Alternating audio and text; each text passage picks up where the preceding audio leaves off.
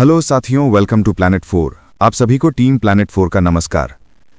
America में पढ़ाई करने वाले भारतीय छात्रों के लिए अब एक बेहद ही दर्दनाक खबर सामने आ गई है। डोनाल्ड ट्रंप एक के बाद एक चोट पहुंचाने पर उतारू नजर आ रहे हैं। पहले H-1B वीजा की फीस $1 लाख बढ़ाकर भारतीय कामगारों की कमर तोड़ दी गई, लेकिन अब झटका भारतीय छात्रों पर पड़ा है।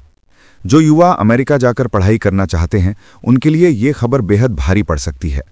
ट्रंप की पार्टी के एक सांसद का कहना है कि विदेशी छात्रों को मिलने वाली एक बेहद महत्वपूर्ण छूट को खत्म कर दिया जाए ताकि अमेरिकी छात्रों को ज्यादा मौके मिल सकें। सोचिए, अगर इस मांग को मान लिया गया तो डिग्री पूरी करने के बाद विदेशी छात्रों के लिए अमेरिका में करियर का एक बड़ा रास्ता बंद हो सकता है और इसका असर हजारों भारतीय छात्रों पर पड़ेगा जो पढ़ाई पूरी कर वहां कुछ साल का अनुभव जुटाते हैं। हालांकि ये कहानी यहीं खत्म नहीं होती। असल चोट तो तब दिखेगी जब इस फैसले का असर अमेरिकी विश्वविद्यालयों पर पड़ेगा, क्योंकि विदेशी छात्रों की मौजूदगी से ही इन संस्थानों की चमक बरकरार रहती है। एक तरफ जहां डोनाल्ड ट्रंप H-1B वीजा वालों को निशाना बना रहे हैं और उन्हें देश से बाहर निकालने के लिए तरह तरह के हथकंडे अपना रहे हैं, वहीं दूसरी तरफ माइक्रोसॉफ्ट के फाउंडर बिल गेट्स का एक वीडियो धमाकेदार तरीके से वायरल हो गया है। इस वीडियो में बिल गेट्स ने खुलकर बताया है कि 80 के दशक में उन्होंने भारत के IIT से कैसे बेहतरीन टैलेंट को हायर किया था और वही टैलेंट आगे चलकर माइक्रोसॉफ्ट की नींव को मजबूत बनाने में सबसे अहम कड़ी साबित हुआ, जिसकी वजह से आज माइक्रोसॉफ्ट दुनिया की सबसे बड़ी कंपनियों में शुमार है। यहीं से कहानी और दिलचस्प होती है, क्योंकि H-1B वीजा के जरिए ही अमेरिका तक पहुंचे एलन मस्क, सत्या नडेला और सुंदर पिचई जैसे नामचीन टैलेंट ने अमेरिका को एक नए स्तर पर पहुंचा दिया। ये वही दौर था जब विदेशी दिमाग ने अमेरिकी ताकत को नई ऊंचाइयों पर पहुंचाया। लेकिन आज तस्वीर कुछ और ही है।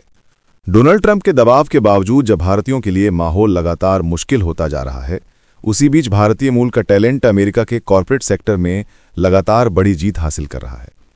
हाल ही में खबर आई कि अमेरिका की सबसे बड़ी टेलीकॉम कंपनी ने भारतीय मूल के एक शख्स को CEO घोषित कर दिया है। इतना ही नहीं, शिकागो की जानी मानी ड्रिंक्स कंपनी ने भी भारतीय मूल के व्यक्ति को अपना CEO बना दिया है और ये सारी घटनाएं हाल ही में सामने आई हैं। भारतीय टैलेंट को रोकने के लिए डोनाल्ड ट्रंप ने H-1B वीजा पर युद्ध छेड़ दिया है, लेकिन अब इससे भी ज्यादा खतरनाक कदम ट्रंप सरकार के द्वारा उठाया जा सकता है। इसकी तैयारी तेज हो चुकी है और इसको लेकर एक नया विधेयक लाया जा रहा है, जहां बेहद कड़े नियम और कठोर शर्तें लगाई जाएंगी ताकि बाहरी लोगों को आसानी से अमेरिका में नौकरी न मिल सके। ये जानकारी बेहद अहम है, जिसकी गूंज हम आगे सुनाएंगे। इसके बाद जो प्रोजेक्ट फायरवॉल लॉन्च किया गया ट्रंप समर्थकों के द्वारा, उसके पीछे का असली राज क्या है, ये भी हम आपको समझाएंगे। फिर इस पूरे मामले पर विदेश मंत्री जयशंकर जी का जोरदार जवाब आया। अमेरिका को साफ संदेश दे दिया गया कि जो कदम वो उठा रहा है वही उसके लिए भारी साबित होने वाला है। और आखिर में हम आपको H-1B वीजा फीस को लेकर नेटफ्लिक्स के सह संस्थापक का बयान भी सुनाएंगे, जिसने इस पूरे विवाद को और भी चौंकाने वाला मोड़ दे दिया है। तो चलिए सभी खबरों को जानते हैं बेहद विस्तार से, आसान भाषा में। अब अमेरिका में स्टूडेंट वर्क परमिट पर नया वार सुनिए। तो समझिए, अभी तक स्थिति ये थी कि जो भी विदेशी छात्र अमेरिका में पढ़ाई करने जाते थे, उन्हें पढ़ाई पूरी करने के बाद OPT यानी ऑप्शनल प्रैक्टिकल ट्रेनिंग नाम का मौका मिलता था। इसमें वो 12 से 36 महीने तक अमेरिका में रहकर अपनी पढ़ाई से जुड़े काम कर सकते थे। यही अनुभव आगे चलकर उनकी बड़ी नौकरी और करियर की नींव बनता था। लेकिन अब रिपब्लिकन सेनेटर चक ग्रासली का कहना है कि ये प्रोग्राम अमेरिकी छात्रों के खिलाफ प्रतिस्पर्धा पैदा करता है। उनका आरोप है कि विदेशी छात्र कम वेतन पर काम कर लेते हैं, जिससे अमेरिकी नागरिकों को नौकरी के मौके कम मिलते हैं और साथ ही टेक्नोलॉजी और कॉर्पोरेट जासूसी का खतरा भी बढ़ता है। इसी वजह से उन्होंने DHS यानी अमेरिकी होमलैंड सिक्योरिटी विभाग को औपचारिक पत्र भेजकर विदेशी छात्रों का वर्क परमिट यानी OPT खत्म करने की मांग रख दी है। अब अगर ये मांग मान ली जाती है तो डिग्री पूरी होने के बाद विदेशी छात्रों के लिए सबसे बड़ा करियर का रास्ता बंद हो जाएगा।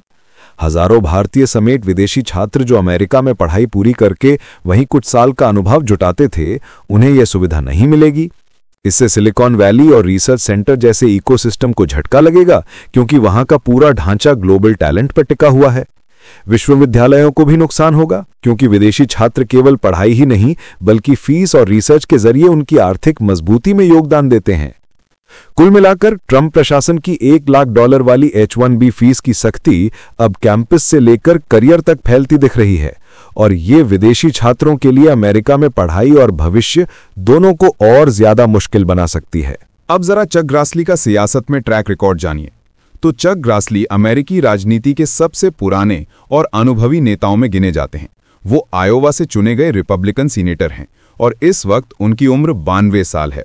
खास बात यह है कि वो वॉशिंगटन डीसी के सबसे लंबे समय तक सेवा देने वाले मौजूदा सीनेटर हैं, जिन्होंने अमेरिकी सीनेट में 44 साल से भी ज्यादा समय गुजारा है।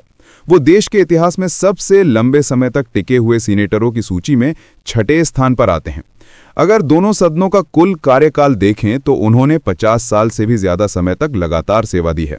शुरुआत उन्होंने प्रतिनिधि सभा से की थी, जहां वो 1975 से 1981 तक रहे और फिर सीनेट में आ गए। 2022 के चुनाव में उन्होंने 8वीं बार जीत दर्ज की और 56% वोट पाकर डेमोक्रेट उम्मीदवार माइकल फ्रेंकन को हराया। मौजूदा कार्यकाल पूरा होने तक उनकी उम्र लगभग 95 साल हो जाएगी, यानी वो राजनीति में आधी सदी से भी ज्यादा का सफर तय कर चुके होंगे। अब जरा भारत का एंगल, स्किल की ताकत और जवाबी रणनीति सुनिए। तो अमेरिकी नीतियों की वजह से सबसे ज्यादा झटका भारतीय छात्रों को लगता है, क्योंकि वे ग्रेजुएट स्कूलों में बड़ी संख्या में पढ़ते हैं और वहीं से ओपीटी यानी पढ़ाई के बाद काम करने का अनुभव हासिल करते हैं। जब फीस बहुत महंगी हो जाती है या ओपीटी का रास्ता अनिश्चित हो जाता है तो सीधा असर इन छात्रों के भविष्य पर पड़ता है।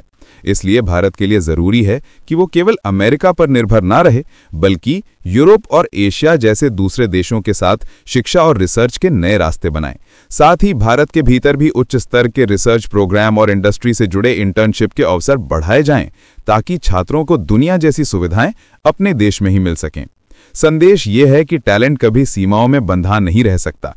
भारतीय छात्र जहां भी जाएंगे वहां अपनी स्किल और इनोवेशन से मूल्य जोड़ेंगे। दुनिया को समझना होगा कि असली समृद्धि तब आती है जब अवसर खोले जाते हैं, ना कि उन्हें रोककर प्रतिस्पर्धा को खत्म करने की कोशिश की जाती है। साथियों, आगे बढ़ने से पहले आप सभी को बता दूं कि अगर आप देश, दुनिया, डिफेंस और इकोनॉमी की 100 से ज़्यादा खबरें एक साथ एक ही जगह पर एक ही समय में फटाफट रोज़ देखना चाहते हैं तो कृपया हमारे साथ जी चिल्स चैनल पर जुड़िए, जहां हम रोज़ शाम 9 बजे आपके लिए दुनिया की तमाम सारी खबरें एक साथ लेकर आते हैं। जी चिल्स चैनल का लिंक आपको नीचे डिस्क्रिप्शन या कॉमेंट बॉक्स में मिल जाएगा। अब जरा H-1B बहस में गेट्स का इंडियन कार्ड सुनिए। तो बिल गेट्स खुद मानते हैं कि माइक्रोसॉफ्ट की शुरुआती सफलता में भारतीय टैलेंट की बहुत बड़ी भूमिका रही। 80 के दशक में जब माइक्रोसॉफ्ट अभी नई कंपनी थी और उसे बेहतरीन इंजीनियर्स की जरूरत थी, तो अमेरिका में उस स्तर का टैलेंट आसानी से नहीं मिल रहा था। तब उन्हें सलाह दी गई कि भारत जाओ और सीधे IIT से लोगों को चुनो। इसी सलाह पर गेट्स ने IIT दिल्ली से 15 भारतीय इंजीनियर हायर किए। उस समय कई लोग इसे ब्रेन ड्रेन यानी भारत से प्रतिभा का पलायन कहकर आलोचना करते थे, लेकिन गेट्स कहते हैं कि यही टीम माइक्रोसॉफ्ट की रीढ़ बन गई और कंपनी को आगे बढ़ाकर दुनिया की सबसे बड़ी टेक कंपनियों में शामिल कर दिया। यानी संदेश साफ है कि भारतीय दिमाग न सिर्फ भारत बल्कि पूरी दुनिया की कंपनियों को ताकत देते हैं। अब जरा मस्क, नडेला, पिचाई की विरासत देखिए। तो H-1B वीजा ने अमेरिका की टेक्नोलॉजी इंडस्ट्री को गढ़ने में बेहद अहम काम किया है। दुनिया की सबसे बड़े इनोवेशन हब सिलिकॉन वैली में कई दिग्गज इसी वीजा से आगे बढ़े हैं। उदाहरण के लिए दक्षिण अफ्रीका से आए एलोन मस्क ने पढ़ाई के बाद इसी रास्ते अपनी शुरुआत मजबूत की और आगे चलकर स्पेसएक्स, टेस्ला और न्यूरालिंक जैसी क्रांतिकारी कंपनियां बनाई, जो आज अमेरिकी तकनीकी ताकत का चेहरा है। भारत से गए सत्या नडेला ने भी H-1B से करियर की शुरुआत की और बाद में माइक्रोसॉफ्ट को क्लाउड और आर्टिफिशियल इंटेलिजेंस की ऊंचाइयों तक पहुंचाया। इसी तरह सुंदर पिचाई ने गूगल और अल्फाबेट को नई दिशा दी और आर्टिफिशियल इंटेलिजेंस, हार्डवेयर और क्लाउड के क्षेत्र में मिसाल कायम की। इन तीनों नेताओं ने कई बार कहा है कि अमेरिका की असली ताकत केवल उसके घरेलू संसाधनों से नहीं बल्कि दुनिया भर से आए टैलेंट से बनी है। यानी H-1B वीजा और प्रवासी दिमागों ने अमेरिकी सपने को गति और ताकत दी है। अब जरा सुनिए कि अमेरिका की बड़ी कंपनियों पर भारतीयों का कब्जा कैसे बढ़ रहा है। तो जब अमेरिका में H-1B वीजा पर लगातार सख्ती की जा रही है और विदेशी प्रोफेशनल्स, खासकर भारतीयों के लिए माहौल मुश्किल होता जा रहा है, तब भी भारतीय मूल के नेताओं ने अमेरिकी कॉर्पोरेट सेक्टर में बड़ी जीत हासिल की है। अमेरिका की सबसे बड़ी टेलीकॉम कंपनी T-Mobile ने श्रीनिवास गोपालन को अपना नया CEO घोषित किया है। गोपालन 56 साल के हैं और उन्होंने IIM अहमदाबाद से पढ़ाई की थी।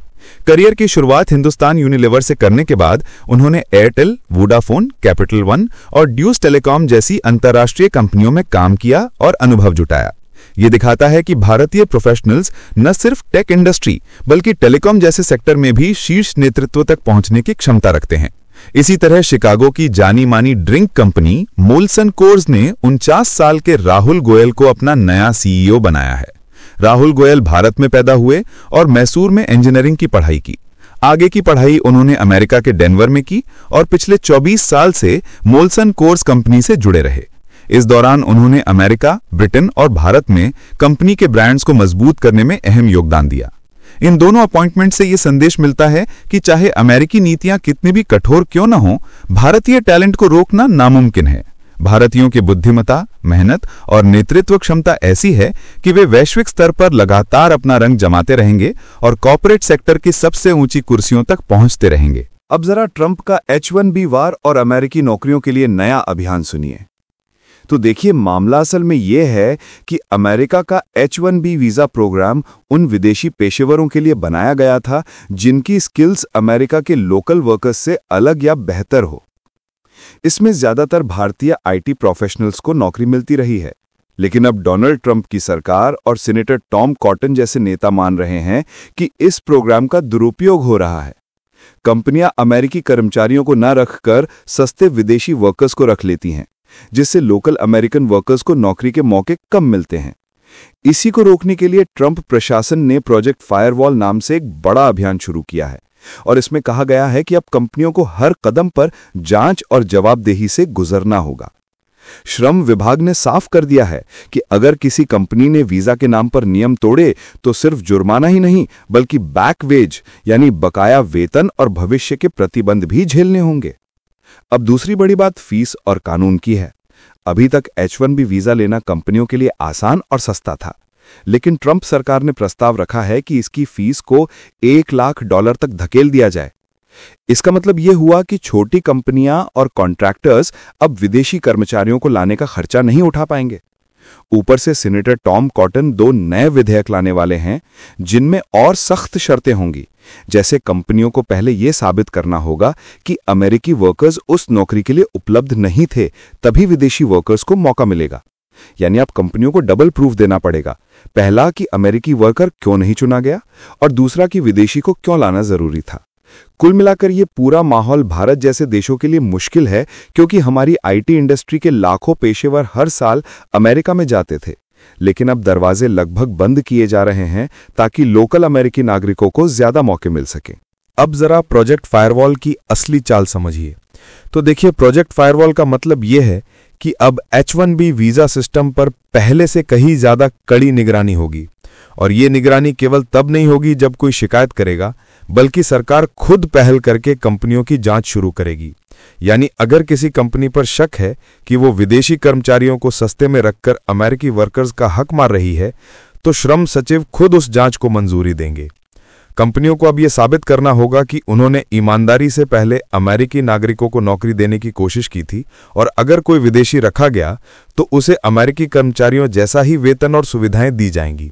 अगर कंपनी ने धोखा किया तो उस पर भारी जुर्माना लगेगा, बकाया वेतन चुकाना होगा और उसे वीजा प्रोग्राम से बाहर कर दिया जाएगा। इतना ही नहीं, न्याय विभाग, समान अवसर आयोग और यूएस नागरिकता सेवाएं भी मिलकर इस धोखाधड़ी पर सिकंजा कसेंगी। इस पूरे अभियान का असली मकसद यही है कि अमेरिकी वर्कर्स को पहले मौका मिले, कंपनियां विदेशी वर्कर्स का सस्ता विकल्प बनाकर उनका शोषण ना करें, और जो भी विदेशी आएं उन्हें भी बराबरी की शर्तों पर काम करना पड़े। अब जरा भारत की चिंता और डॉक्टर जयशंकर का जवाब सुनिए। तो देखिए, भारत के लिए झटका इसलिए बड़ा है क्योंकि H-1B वीजा पर जाने वाले प्रोफेशनल्स में सबसे बड़ा हिस्सा भारतीयों का ही है। हमारी आईटी इंडस्ट्री और टेक सेक्टर के लाखों लोग हर साल इस वीजा के जरिए अमेरिका जाकर काम करते हैं, और वहीं से भारत को भी अरबों डॉलर की कमाई होती है। अब जब ट्रंप सरकार सख्ती कर रही है तो सीधा असर भारतीय इंजीनियर्स, टेक्निकल एक्सपर्ट्स और कंपनियों पर पड़ेगा। विदेश मंत्री एस जयशंकर का कहना है कि दुनिया की जरूरतें अब इतनी बड़ी और जटिल हैं कि कोई भी देश केवल अपने नागरिकों से उन जरूरतों को पूरा नहीं कर सकता। इसलिए जरूरी है कि वर्कफोर्स को ग्लोबल मानकर चलें। जयशंकर ने साफ चेतावनी दी कि अगर अमेरिका जैसे बड़े देश इमिग्रेशन रोकेंगे, टैरिफ बढ़ाएंगे और घरेलू वोट बैंक की राजनीति के लिए प्रोटेक्शनिज्म को हवा देंगे तो उसका नुकसान सिर्फ भारत को नहीं बल्कि पूरी दुनिया की अर्थव्यवस्था और टैलेंट फ्लो को होगा। दूसरी तरफ भारत का रुख ये भी बताता है कि वो आत्मनिर्भरता को भी आगे बढ़ाना चाहता है और साथ ही ग्लोबल कनेक्टिविटी भी बनाए रखना चाहता है। जयशंकर का कहना है कि अब समय आ गया है कि अमेरिका जैसी अर्थव्यवस्थाएं अपनी सोच बदलें और केवल घरेलू स्किल्स पर निर्भर ना रहें बल्कि दुनिया भर से टैलेंट का स्वागत करें, क्योंकि नई वैश्विक अर्थव्यवस्था में नौकरी और स्किल का खेल अब सीमाओं में नहीं बन सकता। भारत की यह सोच भविष्यवादी है, लेकिन अमेरिका इस वक्त अपनी घरेलू राजनीति में फंसा हुआ है और वो विदेशी वर्कर्स पर शिकंजा कसकर अपने मतदाताओं को खुश करना चाहता है। यही असली टकराव है। भारत कह रहा है कि दुनिया ग्लोबल हो चुकी है, जबकि अमेरिका कह रहा है कि पहले अपने नागरिकों को नौकरी देंगे। यही तनाव आने वाले समय में भारत और अमेरिका दोनों के रिश्तों की कड़ी परीक्षा बनेगा और ये देखना दिलचस्प होगा कि आगे कौन सा रास्ता निकलता है। अब जरा ट्रंप की H-1B फीस पर नेटफ्लिक्स के सह संस्थापक का बड़ा ट्विस्ट सुनिए। तो नेटफ्लिक्स के सह संस्थापक रीड हेस्टिंग्स ने एक चौंकाने वाला कदम उठाया है, क्योंकि जहां ज्यादातर टेक इंडस्ट्री ट्रंप की H-1B वीजा फीस बढ़ाकर $1 लाख करने की योजना का विरोध कर रही है, वहीं उन्होंने इसका समर्थन किया है। हेस्टिंग्स का कहना है कि पिछले 30 साल से वो इस मुद्दे पर काम कर रहे हैं और उन्हें लगता है कि इतनी ऊंची फीस लगाने से केवल वही कंपनियां विदेशी कर्मचारियों को रखेंगी जिन्हें वास्तव में बहुत मूल्यवान और हाई स्किल वाले टैलेंट की जरूरत है। इससे लॉटरी सिस्टम खत्म हो जाएगा, चयन में निश्चितता आएगी और नौकरियां ऊंचे वैल्यू वाले रोल्स तक सीमित रहेंगी। दिलचस्प बात यह है कि हेस्टिंग्स डेमोक्रेट पार्टी के बड़े समर्थक और ट्रंप के पुराने आलोचक रहे हैं, इसलिए आज उनका ये रुख टेक जगत में बड़ी बहस छेड़ रहा है, क्योंकि ये उन नेताओं के खिलाफ जाता है जो आमतौर पर प्रवासी टैलेंट के पक्ष में आवाज उठाते रहे हैं। इस वीडियो में फिलहाल इतना ही। जल्द मिलते हैं एक और नई अपडेट के साथ। जाने से पहले वीडियो को लाइक करके चैनल को सब्सक्राइब कर लें। धन्यवाद।